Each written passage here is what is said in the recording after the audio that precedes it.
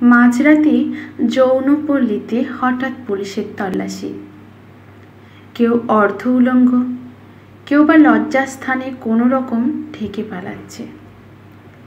OC Mansur সাহেব কড়া গলায় বললেন, হারামজাদাদের কেউ যেন পালাতে না পারে। আবাসিক হোটেলের মালিক এসে ওসির হাতে পায়ে ধরে বললেন, স্যার, এটা তো যৌনপল্লী না, এটা আবাসিক হোটেল। এখানে রেড করলে আমার হোটেলের নাম খারাপ হয়ে যাবে স্যার। ওসি মনসুর সাহেব হোটেলের মালিককে ধমক দিয়ে বললেন, বেশি কথা বললে তোকেও ফাঁসিয়ে দেব। হোটেলের মালিক হতাশায় মাথায় হাত রেখে বসে পড়লেন। মনসুর সাহেব তার সহকর্মীকে বললেন, এদের থানায় নিয়ে গিয়ে টাকা খসিয়ে ছেড়ে দিতে হবে। তার সহকর্মী বলল, স্যার, 2 নাম্বারি কাজে আপনার তুলনা নাই। মনসুর সাহেব বললেন, লোক ঠকিয়ে খাবার মজাই আলাদা।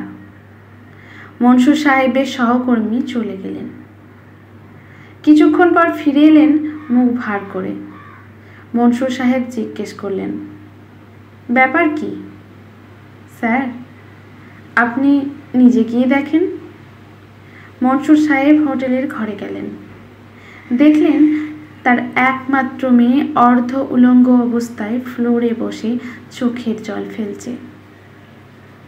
পাশেই বসে আছে তার প্রেমিক। রাতারাতি খবরের কাগজে তার মেয়ের ছবি দিয়ে প্রচার হয়ে গেল, ওসি মনসুর সাহেবের মেয়ে যৌনপল্লীতে আটক। পরদিন সকালে মনসুর সাহেব তার মেয়ের ঘরেই মেয়ের মৃতদেহ উদ্ধার করলেন। তিনি দীর্ঘশ্বাস ফেলে বললেন, লোক ঠকানোর শাস্তি এতটা প্রখর হয়?